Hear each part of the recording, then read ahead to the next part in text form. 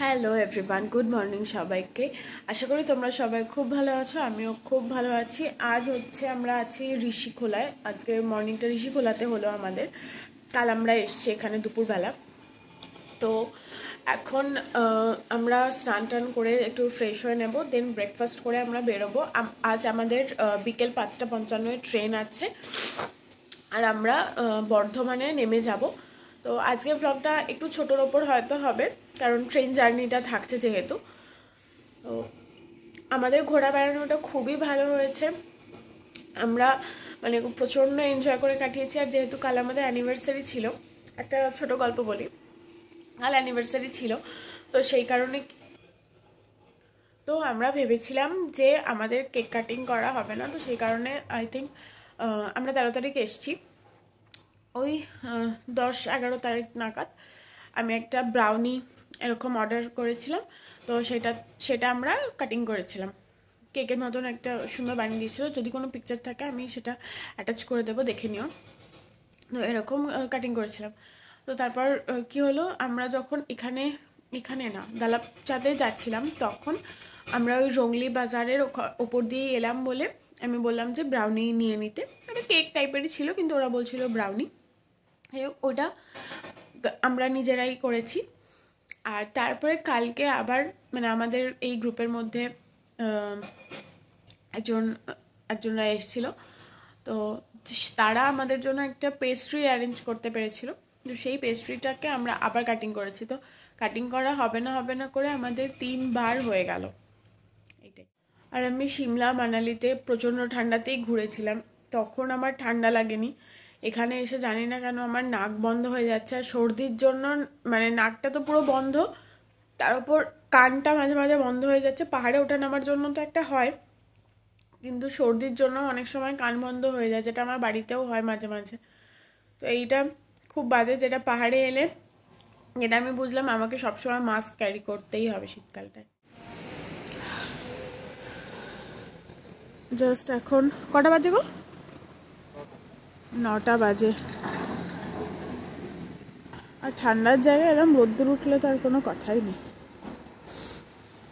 আমরা যেখানে আছি ঠিক তার অপোজিটে এই ঝর্ণা।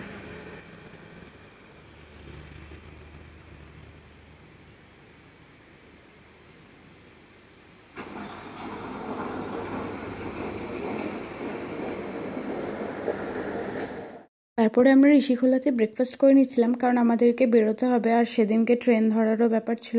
ব্রেকফাস্টে ছিল হচ্ছে লুচি আর আলুর তরকারি। আর এখানে এই যে অলরেডি ব্যাগপত্র নিয়ে এবার গাড়িতে ওঠানো হচ্ছে।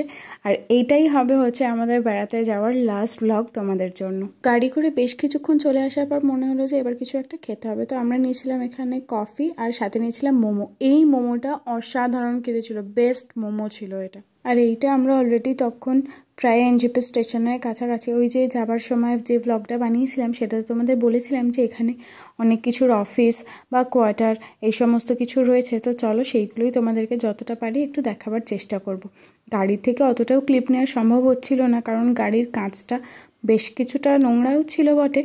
আর তো মানে এরকমভাবে দূর থেকে নেওয়াটা পসিবল ছিল না, গাড়িটা তো জোরেই ছুটছিল। তাই যতটা পেরেছি ততটাই ক্যাপচার করার চেষ্টা করেছি তোমাদের জন্য।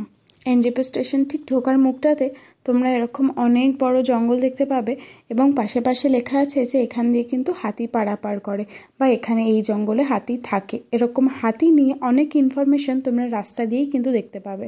এই রাস্তাটা দিয়ে আস্তে আস্তে এই সমস্ত কিছু দেখতে পাওয়া যাচ্ছে, যেহেতু বেশ ভালো লাগছিল কিন্তু আসতে। এটা যেটা দেখছো এটা আমার মনে হলো মিলিটারি পুলিশের ক্যাম্পের মতন, কারণ ওখানে লেখা ছিল মিলিটারি পুলিশ। তো এইভাবেই রাস্তাটাও এগিয়ে চলো, আর আমরাও ধীরে ধীরে এগিয়ে চললাম এনজেপি স্টেশনের দিকে।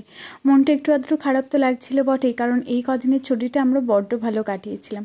আর এই ভ্লগটাই থাকবে লাস্ট ভ্লগ। আবারও বলছি, আমাদের ঘুরতে যাওয়ার আজকের দিনটাই হলো শেষ দিন।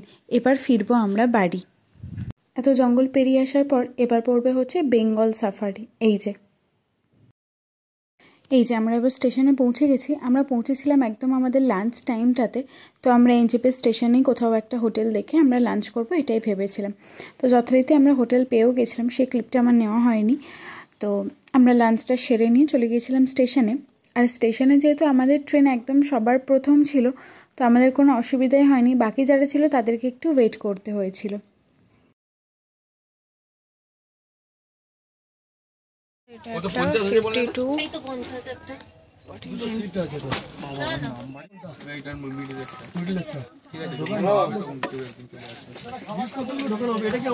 আমরা যেহেতু বর্ধমানেই নেমে যাব আর আমাদের দুজনেরই দুটো লোয়ার বার্থ পড়েছিল, তো বেশ ভালো হয়েছিল, কারণ কাউকে আমাদের আর ডিস্টার্ব করতে হয়নি।